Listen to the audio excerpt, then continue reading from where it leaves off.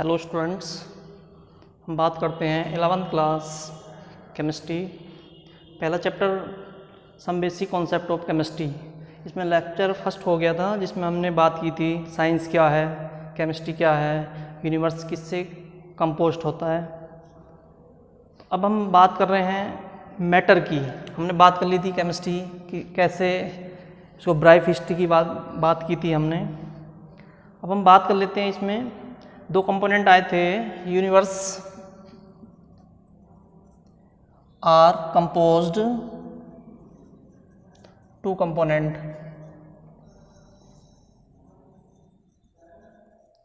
पहला कंपोनेंट था आपका मैटर और सेकंड कंपोनेंट था आपका एनर्जी। या हमने बात की थी कि जो यूनिवर्स कितने कंपोनेंट से कंपोस्ट होता है, दो components, first matter, second energy. तो मैटर की बात कर लेते हैं। तो मैटर इज एनीथिंग, कोई भी things, matter is anything which occupy space and have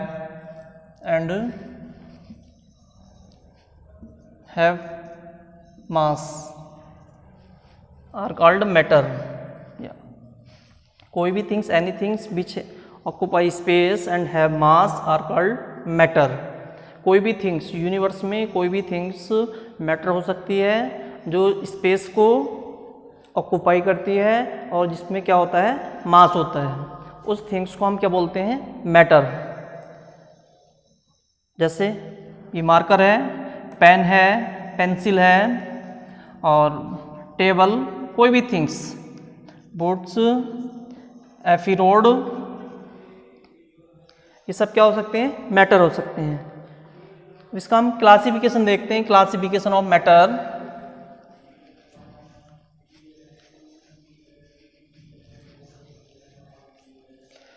classification of matter.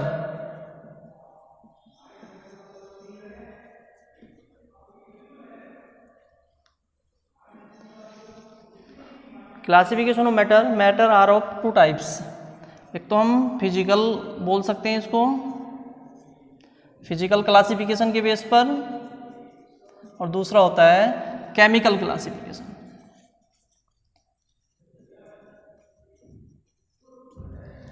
तो देखिए, इसमें फिजिकल क्लासिफिकेशन में मैटर को हम क्लासिफाइड करते हैं 5 स्टेट्स में। सॉलिड स्टेट्स, दूसरा लिक्विड स्टेट्स,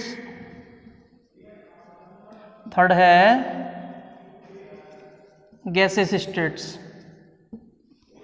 फोर्थ है प्लाज्मा, फिफ्थ है Bose particle, Bose condensation particle, Bose condensation particle. Chemical classification में मैटर को दो पार्ट्स में डिवाइड करते हैं, प्योर सब्सटेंस और दूसरा होता है मिक्सचर। प्योर सब्सटेंस को भी हम दो पार्ट्स में डिवाइड करते हैं, एलिमेंट्स, और दूसरा होता है कंपाउंड। कंपाउंड्स को हम 3 पार्ट्स में डिवाइड करते हैं, मेटल, दूसरा नॉन मेटल और तीसरा मेटलॉइड्स। कंपाउंड्स को हम 2 पार्ट्स में डिवाइड करते हैं, इनऑर्गेनिक कंपाउंड और दूसरा होता है ऑर्गेनिक कंपाउंड। मिक्सचर को भी हम 2 पार्ट्स में डिवाइड करते हैं, फर्स्ट होमोजीनियस और दूसरा होता है हेट्रोजीनियस। फर्स्ट होता है होमोजीनियस, सेकंड होता है हेट्रोजीनियस। ये है क्लासिफिकेशन ऑफ मैटर। बहुत सारे पार्ट हमने प्रीवियस क्लास में पढ़ रखे हैं, जैसे फिजिकल क्लासिफिकेशन। तो हम इसको एक बार शॉर्ट में समझ लेते हैं कि सॉलिड क्या, लिक्विड क्या, गैस क्या होते हैं, प्लाज्मा क्या है, बोस कंडेंसेशन पार्टिकल क्या है। तो अब हम बात करते हैं फिजिकल क्लासिफिकेशन में। Physical classification of matter.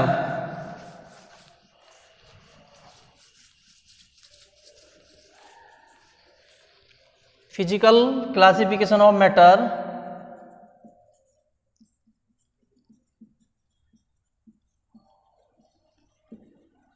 देखिए, फिजिकल क्लासिफिकेशन ऑफ मैटर में 5 स्टेट हमने लिखी हैं।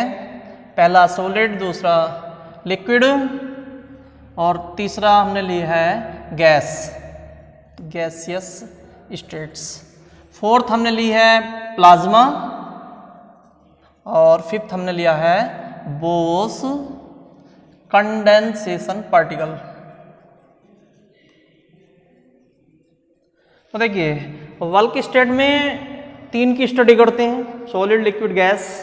और जो माइक्रो लेवल है उस पर हम किसकी स्टडी और कर लेते हैं, प्लाज्मा और बोस कंडेंसेशन पार्टिकल। तो देखिए, सॉलिड, लिक्विड, गैस की हम एक साथ स्टडी एक साथ करते हैं। यहाँ पर हमने ले लिया सॉलिड, ये ले लिया लिक्विड और तीसरा गैस।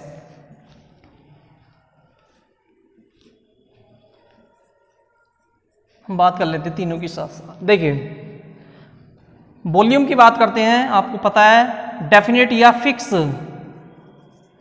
इनका वॉल्यूम क्या होता है, इनका वॉल्यूम अगर हम वॉल्यूम की बात करेंगे, सॉलिड में वॉल्यूम क्या होता है, डेफिनेट होगा। इनमें वॉल्यूम भी क्या होगा, डेफिनेट होगा।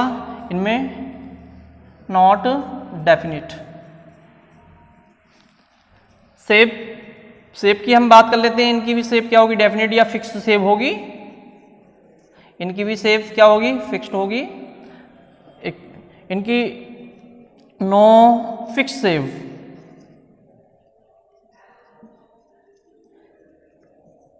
और इसमें नो फिक्स्ड शेप। देखिए, solid state is the state of matter which have definite volume, definite shape, उसे हम क्या बोलते हैं, सॉलिड। लिक्विड जिसमें डेफिनेट वॉल्यूम तो डेफिनेट होगा लेकिन शेप डेफिनेट नहीं होगी। नॉट, इसमें ना तो वॉल्यूम डेफिनेट होगा ना ही शेप डेफिनेट होगी। एग्जांपल लेके चलते हैं हम यहाँ पर। देखिए, मान लीजिए ये कोई सॉलिड कंपाउंड्स है या कंपोनेंट्स है, इसकी ना तो शेप चेंज होगी और ना ही क्या होगा, वॉल्यूम। फिक्स हम बोल सकते हैं इंटरमोलिकुलर, यानी इनके जो पार्टिकल्स हैं वो क्लोज पैक्ड अरेंजमेंट है। क्लोज पैक्ड अरेंजमेंट होने के चलते हम बोल सकते हैं ये रिजिड होंगे, क्योंकि ना तो इनका वॉल्यूम चेंज होगा और ना ही इसकी शेप चेंज होगी। तो ऐसे सब्सटेंस को हम रिजिड बोलते हैं। देखिए, यहाँ पर हम इसमें देखिए वॉल्यूम तो डेफिनेट होगा लेकिन शेप डेफिनेट नहीं होगी। हमने सपोज क्या लिया, एक 1 लीटर का बेसल ले लिया, 1 लीटर कैपेसिटी का एक बेसल लिया, एक 2 लीटर कैपेसिटी का बेसल लिया और दोनों में ½ लीटर मिल्क डाल दिया, यानी 500 ml ऑफ मिल्क। इसमें भी ½ ml क्या डाल दिया आपने, यानी ½ लीटर या 500 ml मिल्क इसमें लिया। तो देखिए, इसकी सेब अलग होगी और इसकी सेब अलग होगी। इसका साइज ऊपर दिखाई देगा, ये कम साइज में दिखाई देगा, मतलब दोनों की सेब क्या होगी, अलग अलग होगी, लेकिन वॉल्यूम दोनों में क्या है, सेम है। सेम क्वांटिटी आपने ली, ½ लीटर ½ लीटर, 500 ml 500 ml, तो दोनों में वॉल्यूम क्या होगा, डेफिनेट होगा, लेकिन सेब डेफिनेट नहीं। सेब का मतलब जो दिखाई दे, जैसी स्ट्रक्चर आपको दिखाई दे उसकी क्या होती है, सेब। जैसे हम आगे बात करेंगे केमिकल बॉन्डिंग में, ज्योमेट्री एंड शेप। इसमें ना तो गैस है, एक रूम में हमने क्या किया, पहले कोई 500 ml कोई गैस ली, ओपन कर दी, पूरे रूम में फैल जाएगी। उसके बाद हमने 100 ml गैस ली, कोई अनोदर गैस, रूम में उसको ओपन किया तो पूरे रूम में फैल जाती है। तो अमाउंट पर भी डिपेंड नहीं कर रहा, ना उसकी शेप पर डिपेंड कर रहा, तो उस कंपोनेंट को हम क्या बोलते हैं, गैस बोलते हैं। रिजिड आपको पता है, ना तो इनका वॉल्यूम चेंज होगा ना ही इसकी शेप चेंज होगी, तो ये रिजिड होंगे। आगे हम बोल सकते हैं फ्लो, देखिए they have no tendency to flow, इनकी फ्लो करने की टेंडेंसी होती नहीं है, फ्लो ही नहीं करेंगे। मान लीजिए हम कोई भी सॉलिड कंपोनेंट है, एक स्पेस पे रखेंगे तो वहीं पर रखा रहेगा, जब तक हम फोर्स ना लगाएंगे तो ये अपने आप फ्लो नहीं करेंगे। लेकिन लिक्विड है, जैसे वाटर है, वाटर क्या कर देता है, फ्लो कर देता है, टेंडेंसी रखता है, ये भी फ्लो कर देता है। आगे अगर हम बात करें इसमें सॉलिड लिक्विड गैस में इंटरमोलिकुलर फोर्स की, इंटरमोलिकुलर फोर्स, देखिए इंटरमोलिकुलर फोर्स क्या है, पार्टिकल के बीच, अलग अलग पार्टिकल के बीच लगने वाले फोर्स को हम बोलते हैं इंटरमोलिकुलर फोर्स। तो यहां पर भी ये सॉलिड लिक्विड गैस किसी भी कंपोनेंट से मिलकर बने होंगे, उसकी सबसे छोटी यूनिट को हम पार्टिकल बोल रहे हैं। उनके बीच एक पार्टिकल दूसरे पार्टिकल जितने क्लोज होंगे उनके बीच लगने वाला फोर्स भी क्या होगा, ज्यादा होगा। तो intermolecular force is very high. किसमें, सॉलिड में इंटरमोलिकुलर फोर्स हाई होगा, लो होगा इन कंपैरिजन टू सॉलिड, और ये वेरी लो होगा, इनके बीच लो होगा, क्योंकि इनके पार्टिकल बहुत दूर दूर प्रेजेंट होंगे, इनके पार्टिकल थोड़ा पास में प्रेजेंट होंगे, और इनके पार्टिकल बहुत ही पास में एक दूसरे के बहुत क्लोज प्रेजेंट होते हैं। इसलिए इनके बीच लगने वाला फोर्स जो इंटरमोलिकुलर फोर्स है वो हाई होगा, इसमें इनकी कंपैरिजन थोड़ा लो होगा और इनमें और भी कम होगा। तो इंटरमोलिकुलर फोर्स का ऑर्डर अगर आपसे पूछा जाए तो सॉलिड में सबसे ज्यादा है, उसके बाद लिक्विड में, उसके बाद गैस में। ये है इंटरमोलिकुलर फोर्स। वैकेंट स्पेस की बात कर लेते हैं, इनके बीच जो वैकेंट स्पेस, पार्टिकल के बीच में जो स्पेस है बहुत कम होगा। लेकिन अगर हम इसको देखें, ये लिक्विड होगा तो लिक्विड के बीच जो पार्टिकल के बीच में जो स्पेस होगा वो क्या होगा, थोड़ा ज्यादा होगा, किसकी कंपैरिजन से, सॉलिड की कंपैरिजन। लेकिन यहाँ पर पार्टिकल का कोई, उनके बीच में स्पेस बहुत ज्यादा होगा। तो अगर वैकेंट स्पेस की बात करें, वैकेंट स्पेस की अगर बात करें पार्टिकल के बीच में, तो सबसे ज्यादा किसमें होगा, गैस में, और उससे कम किसमें होगा, लिक्विड में, और सबसे कम किसमें होगा, सॉलिड में होगा। ये था थोड़ा सा, इनमें कुछ पॉइंट हमने देखे, थोड़ा डिफरेंस थे ये। अब हम बात कर लेते हैं इसके एग्जाम्पल की।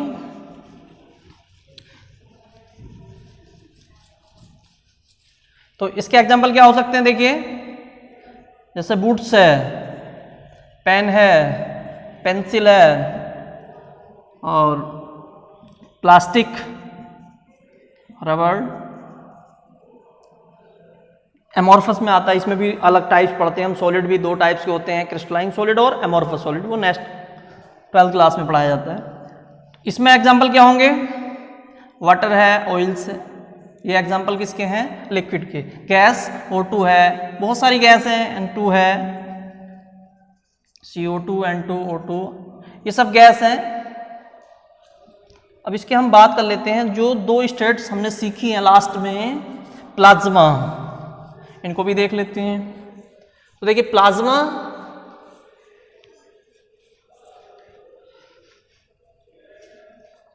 देखिए प्लाज्मा देखिए इसको फोर्थ स्टेट्स है, it is the fourth state of matter. Physical classification में अगर हम मैटर की बात करेंगे तो फोर्थ स्टेट क्या है, प्लाज्मा। तो प्लाज्मा देखिए जो ब्लड्स है, ब्लड्स देखिए किस स्टेट्स में रहता है, लिक्विड में। अगर हम उसको निकाल लेते हैं तो वो क्या होने लगता है, फ्रीज होने लगता है, जम जाता है। तो हम बोल सकते हैं वो किस स्टेट में जाता है, लिक्विड स्टेट्स, सॉलिड स्टेट्स में। तो जो ब्लड की स्टडी करते हैं वो हम किस में करते हैं, प्लाज्मा। अलग एक सेपरेट क्लास बना दी है, study of blood in plasma.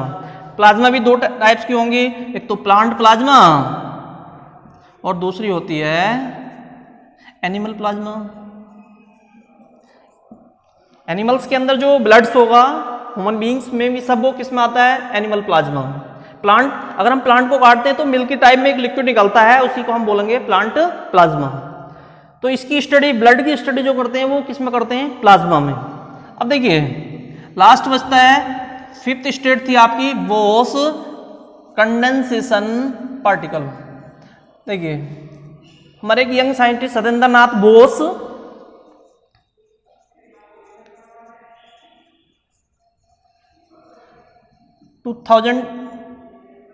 One में डिस्कवर्ड किया था एक नया पार्टिकल जैसे कॉटन, उसकी प्रॉपर्टी थोड़ा सा डिफरेंट होती है। रिसेंटली इसको डिस्कवर्ड किया गया है कि कॉटन की प्रॉपर्टी सॉलिड लिक्विड गैस की प्रॉपर्टी से थोड़ा डिफरेंट होती है।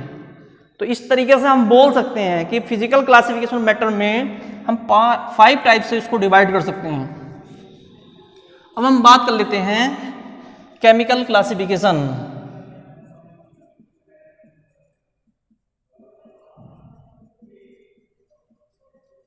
Chemical classification of matter.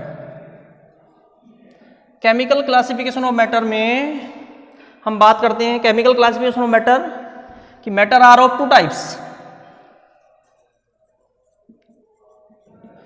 पहला टाइप्स था प्योर सब्सटेंस और दूसरा टाइप्स है, दूसरा हमने लिया था इसमें मिक्सचर।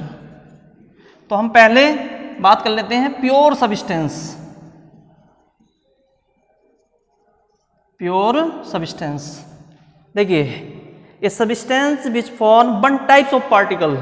कोई भी सब्सटेंस प्योर सब्सटेंस हो सकता है जो एक टाइप्स के पार्टिकल से मिलकर बना है। A substance which form one types of particle it's called pure substance. उसी को हम क्या बोलेंगे? Pure substance. कोई भी सब्सटेंस, जैसे अब अगर हम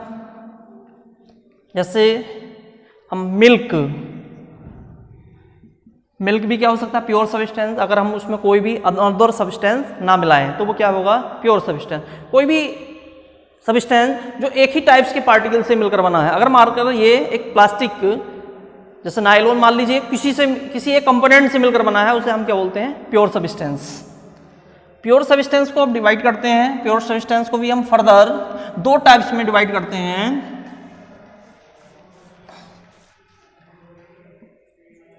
pure substance are further divide into two types.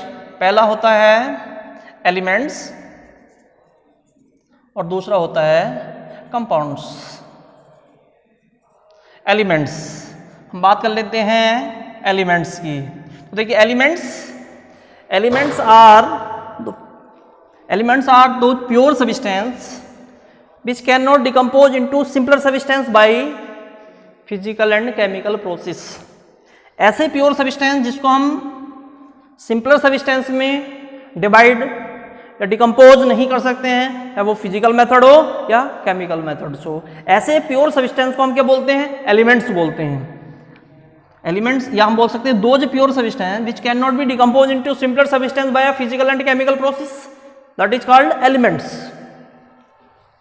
118 elements are present in periodic table. जो हमारी पीरियोडिक टेबल है उसमें 118 प्योर सब्सटेंस हैं। उन सभी प्योर सब्सटेंस को हम क्या बोलते हैं? एलिमेंट्स बोलते हैं। जैसे एग्जांपल क्या हो सकता है? सोडियम है, पोटेशियम है, रुबिडियम है, लिथियम है, बोरॉन, कार्बन, नाइट्रोजन, ऑक्सीजन, बहुत सारे, ये सब क्या है? एलिमेंट्स हैं, प्योर सब्सटेंस है। इनको हम डिवाइड नहीं कर सकते हैं। तो ये सब क्या कहलाते हैं? ये सभी प्योर सब्सटेंस क्या कहलाते हैं? एलिमेंट्स। अब एलिमेंट्स को भी हम फर्दर डिवाइड कर सकते हैं कितने टाइप्स में? 3 टाइप्स में। मेटल, दूसरा नॉन मेटल, तीसरा क्या है? मेटलॉइड्स। मेटल आपको पता है जो इलेक्ट्रॉन लॉस करते हैं, शाइनिंग होती है, मेटल की प्रॉपर्टी आपने 10th क्लास में पढ़ी है। Metal, non metal just opposite, या हम बोल सकते हैं मेटल वो सब्सटेंस जो, देखिए मेटल की एक अपनी टेंडेंसी है इलेक्ट्रॉन लूज करना। पूरे पीरियोडिक टेबल में जो मेटल्स हैं उनकी एक अपनी प्रॉपर्टी है, वो इलेक्ट्रॉन को लूज करते हैं एंड जनरेट पॉजिटिव चार्ज और पॉजिटिव चार्ज जनरेट करते हैं। तो उस सबको हम क्या बोलते हैं? वो सब क्या है? मेटल्स हैं। कि ऐसे एलिमेंट जो इलेक्ट्रॉन लॉस करके केटायन फॉर्म कर लेते हैं, वो सब क्या कहलाते हैं? मेटल। बहुत सारी प्रॉपर्टी पढ़ते हैं, शाइनिंग है, डस्टाइल है, मैलेबल है, वो सब पॉइंट हम इसमें 10th क्लास में पढ़ चुके हैं। Non metals just opposite, metalloids जिसमें दोनों की प्रॉपर्टी मेटल्स की और नॉन मेटल की, हम क्या बोलते हैं? मेटलॉइड्स। अब हम बात कर लेते हैं कंपाउंड्स की। कंपाउंड आर कंपोज्ड 2 और मोर pure substance by fix proportional by mass. 2 और मोर कंपोनेंट को हमने कंबाइंड किया फिक्स प्रोपोर्शनल बाय मास। उनके दो और ए और बी लिया हमने, मान लीजिए ए और बी 2 कंपोनेंट को कंबाइंड किया। कंबाइंड किसकी फॉर्म में किया? उनका जो मास क्या लिया हमने? फिक्स प्रोपोर्शनल बाय मास, यानी उनका मास क्या कर लिया? फिक्स कर लिया। तो जो नया सब्सटेंस बनेगा उसे हम क्या बोलते हैं? कंपाउंड्स बोलते हैं। ए और बी दोनों को कंपाउंड किया, कंबाइंड किया। कंबाइंड करने किसकी कंबाइंड कैसे कर रहे हैं हम उसके, यानी उनके मास को फिक्स प्रोपोर्शनल लेकर के हमने उनको कंबाइंड किया तो एक नया कंपोनेंट बना। उस नए कंपोनेंट को हम क्या बोलते हैं, कंपाउंड्स बोलते हैं। जैसे वाटर H2 प्लस और 2 H2, यानी 2 ग्राम ये लिया और 32 ग्राम, यानी बोल सकते हैं यहाँ पर क्या लिया 2:32 मतलब 1:16, यानी अगर हम यहाँ पर इसको हाफ कर लेते तो क्या आएगा, यहाँ से ये हाफ आ गया तो कितना आ गया 16, यानी हम बोल सकते हैं 1:8। यानी हाइड्रोजन को 1 में और ऑक्सीजन को 8 अगर रेशियो में लेते हैं, इनका मास क्या कर लिया, फिक्स कर लिया, तो जो ये कंपाउंड ये जो ये कंपोनेंट्स बना, इस कंपोनेंट को हम क्या बोलते हैं, कंपाउंड्स बोलते हैं। कंपाउंड की प्रॉपर्टी अपने कंपोनेंट की प्रॉपर्टी से क्या होती है, डिफरेंट होती है। देखिए कैसे, जैसे H2 plus O2 is equal to क्या बनाया आपने, H2 वाटर। देखिए ये भी क्या है, ये क्या है, गैस है, ये भी गैस है, और ये क्या बन गया आपके पास, लिक्विड। देखिए ऑक्सीजन क्या करती है, दूसरे को जलाती है, तो इसको बोलते हैं कंबसन। जो दूसरे को जलाए कंबसन। कंबस्टेबल जो जलता है, कौन जल रहा है यहाँ पर, ऑक्सीजन किसको जला रही है, H2 को, तो ये कंबस्टेबल हो गया, ये कंबसन हो गया। और ये वाटर क्या करता है, फायर को, यानी आग को बुझाने में हम किसको यूज करते हैं, वाटर को। तो इसकी प्रॉपर्टी अलग है, एक कंबसन का वर्क कर रहा है, दूसरा कंबस्टेबल, तीसरा कंपोनेंट फायर को स्टॉप करने में। सबकी अलग अलग प्रॉपर्टी है। तो हम बोल सकते हैं कंपाउंड की जो प्रॉपर्टी है वो अपने कंपोनेंट से, जिससे वो मिलकर बना है, उनसे क्या होती है, डिफरेंट होती है। कंपाउंड को हम फिजिकल मेथड से सेपरेट नहीं कर सकते उसके कंपोनेंट्स में, बट केमिकल मेथड से हम इनको सेपरेट कर सकते हैं। तो ये है कंपाउंड्स। अब आगे हम बात करते हैं compounds are of 2 types.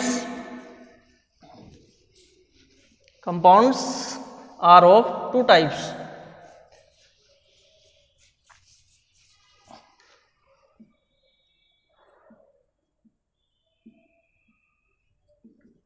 Two types. First inorganic compound, और दूसरा ऑर्गेनिक कंपाउंड्स। देखिए इनऑर्गेनिक कंपाउंड्स, इसको हम ऐसे समझ सकते हैं, those compound which form non living things, ऐसे कंपाउंड जो नॉन लिविंग थिंग्स से फॉर्म होते हैं, उन्हें हम क्या बोलते हैं, इनऑर्गेनिक कंपाउंड्स। जैसे हम बना सकते हैं रॉक से, रॉक, मिनरल, इनसे, ये क्या है, नॉन लिविंग्स हैं, इनसे बनने वाले कंपाउंड्स क्या कहलाते हैं, इनऑर्गेनिक। अब देखिए और यहाँ पर ही 2 ब्रांच, जैसे हम केमिस्ट्री की 2 ब्रांच पढ़ते हैं, inorganic chemistry, organic chemistry. Inorganic chemistry study of all element except carbon, carbon को छोड़कर सभी एलिमेंट की स्टडी किस में करते हैं, इनऑर्गेनिक केमिस्ट्री। और study of carbon in organic chemistry. दूसरा ऑर्गेनिक, यानी दो सब्सटेंस या दो compound which form living things, जो कंपाउंड्स लिविंग थिंग्स से फॉर्म होते हैं उन्हें हम क्या बोलते हैं, ऑर्गेनिक कंपाउंड्स।